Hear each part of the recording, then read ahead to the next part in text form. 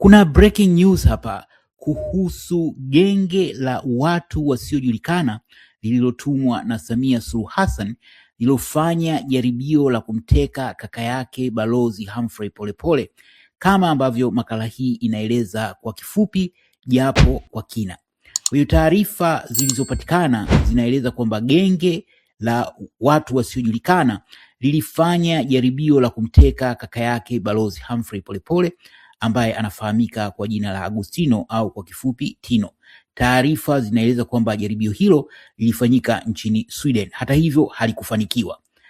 Na kwa mujibu wa taarifa inadaiwa kuwa takriban watu 15 walikuwemo kwenye genge hilo, na hao wanafanya kazi kwa maagizo ya moja kwa moja kutoka kwa Samia Suluhu Hassan mwenyewe.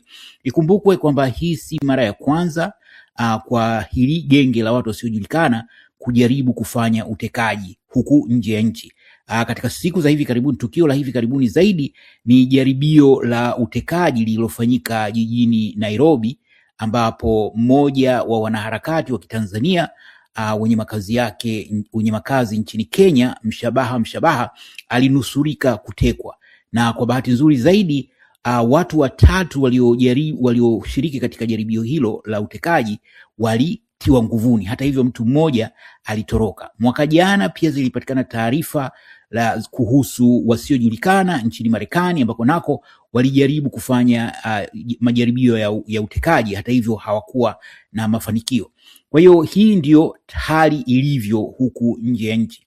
Na taarifa zaidi, licha hilo tukio lililotokea nchini Sweden ambalo kwa bahati nzuri halikufanikiwa, ni kwamba kuna idadi kubwa ya watu wanaohusishwa na serikali, ikiwa ni pamoja na maafisa wa idara ya usalama wa taifa, lakini zaidi ni hao watu ambao wana kazi ya utekaji ambao wamesambazwa katika nchi mbalimbali, wakiwa na kazi moja ya kuwawinda Watanzania wenye makazi yao nje ya nchi. Hususan walengwa ni wale wakosoaji wa serikali au watu ambao wanapiga kelele kuhusiana na unyama uliofanyika kuanzia Oktoba 29, ambapo maelfu ya Watanzania walitolewa uhai kwa amri ya Samia Suluhu Hassan. Lakini hata hivyo tatizo hili lina picha nyingine, lina taswira nyingine. Na taswira hii inaweza kujithibitisha katika janga lililotokea huko nchini Kenya, ambako kama nilivyosema awali kulifanyika jaribio hivi karibuni la kumteka mmoja wa wanaharakati maarufu mwenye makazi yake nchini Kenya, Mshabaha. Sasa katika jaribio lile kulikuwa na watu watatu wamekamatwa. Mmoja ni Mtanzania na wawili ni wa Kenya. Hata hivyo imeelezwa kwamba mtu mmoja ambaye ndio hasa alikuwa kiongozi wa kundi lile alitoroka.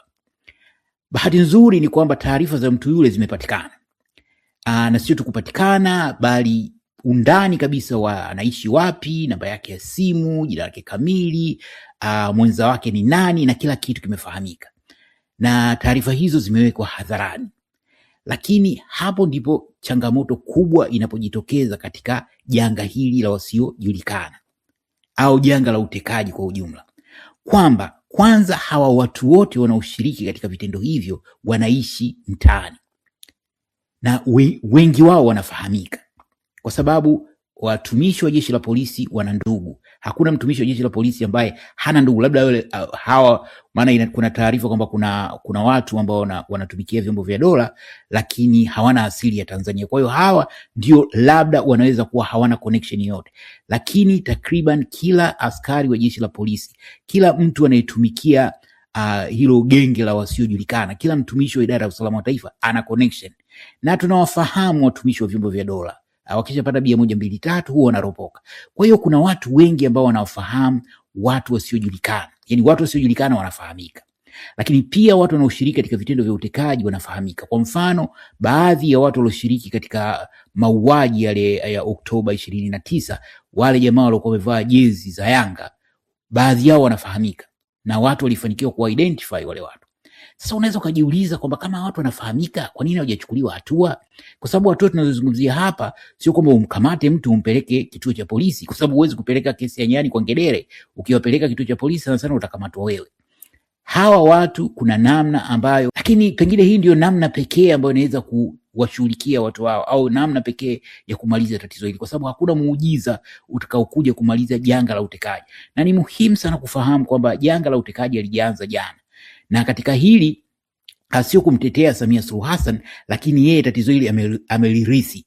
Na makosa makubwa ya Samia Suluhu Hassan katika janga la utekaji ni kwamba kwanza, alipoingia madarakani hakuchukua hatua zozote za kuhakikisha kuwa watu wote walioshiriki katika vitendo vya utekaji huko nyuma wanachukuliwa hatua. Lakini pili, ni hii hali iliyopo sasa hivi, kwa sababu alirithi. Na sasa tunafahamu kwa nini hakuchukua hatua, kwa sababu alitaka kutumia mbinu zile zile alizozikuta. Na yeye alikuwa ni mhanga wa haya mambo maovu, lakini alitaka kuzitumia mbinu hizo, na sasa anazitumia kwa utimilifu.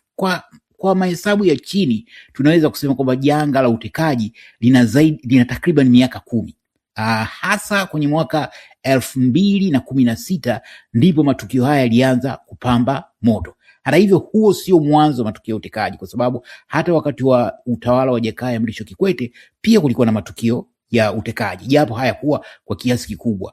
Matukio haya yalipata kasi zaidi katika kipindi cha utawala Magufuli kuanzia mwaka 2016 na huu ni mwaka 2026. Kwa hiyo angalau kimsingi janga hili limekuwa na miaka 10. Mara baada ya marehemu Magufuli kuondoka, kulikuwa na hali ya nafuu kidogo, lakini janga likarudi tena kuanzia mwaka 2020, katikati ya mwaka 2023.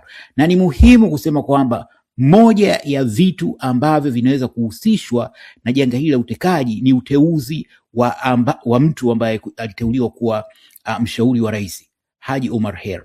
Huyu aliteuliwa katikati ya mwaka 2023, na baada ya kuteuliwa kwake watu wakaanza kutekwa ovyo, kwa sababu haya yalikuwa ni matukio ya kawaida aliyokuwa akiongoza wakati yuko Zanzibar. Kwa hiyo kuna namna fulani ambapo mtu huyu anaweza kuhusishwa na haya, lakini badala ya kujikita tu kuangalia kwamba matukio haya yanatokea na vitu fulani, swala linabaki pia wajibu wa jamii katika kukabiliana na janga la utekaji. Kama nilivyosema, huyo mtu aliyeongoza jitihada za utekaji huko Kenya amefahamika na picha zake ziko mtandaoni.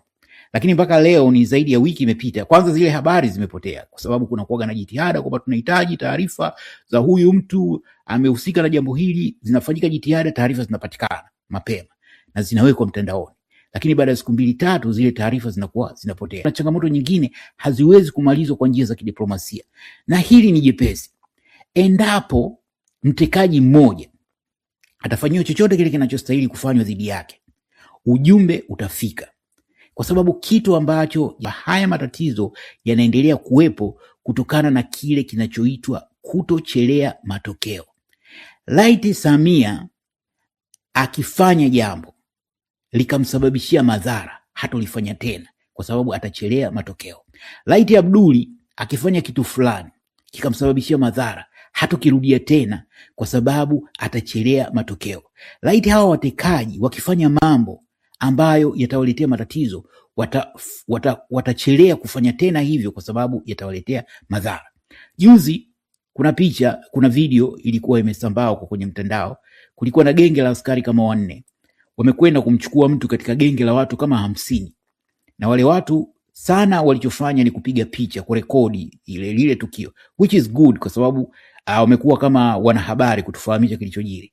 Lakini what was wrong ni kwamba kundi lile halikufanya jitihada yoyote ya kuhakikisha kwamba wale wahuni hawamchukui yule mtu.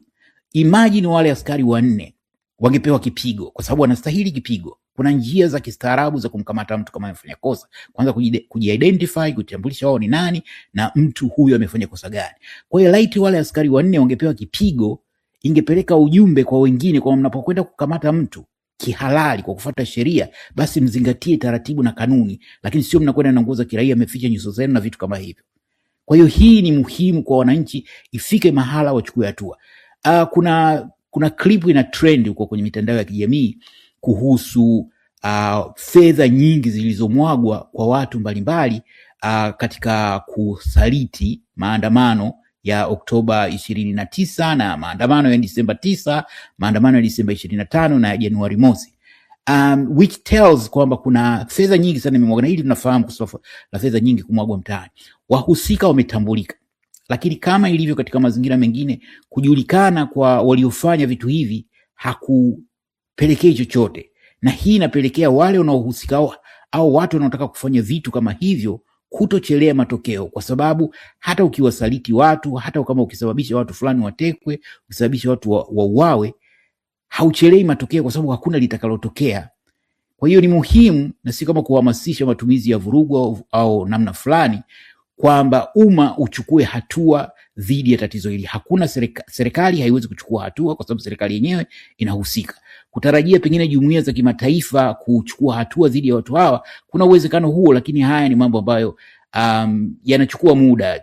Taratibu kama unaona kama za ICC ndio zinatarajiwa pengine muda si mrefu kuanza, lakini ni mchakato ambao unachukua muda. Kwa hiyo ni muhimu sasa kwa wananchi wenyewe wachukue hatua stahili kukabiliana na changamoto. Na kwa Watanzania mliopo nje ya Tanzania, ni muhimu kufahamu kwamba kuna genge kubwa la watu wako huku wamekuja kwa kazi moja ya kuwadhuru. Kwa hiyo ni muhimu sana kuchukua hatua tahadhari, ikiwa ni pamoja na kuwaripoti katika vyombo vya dola.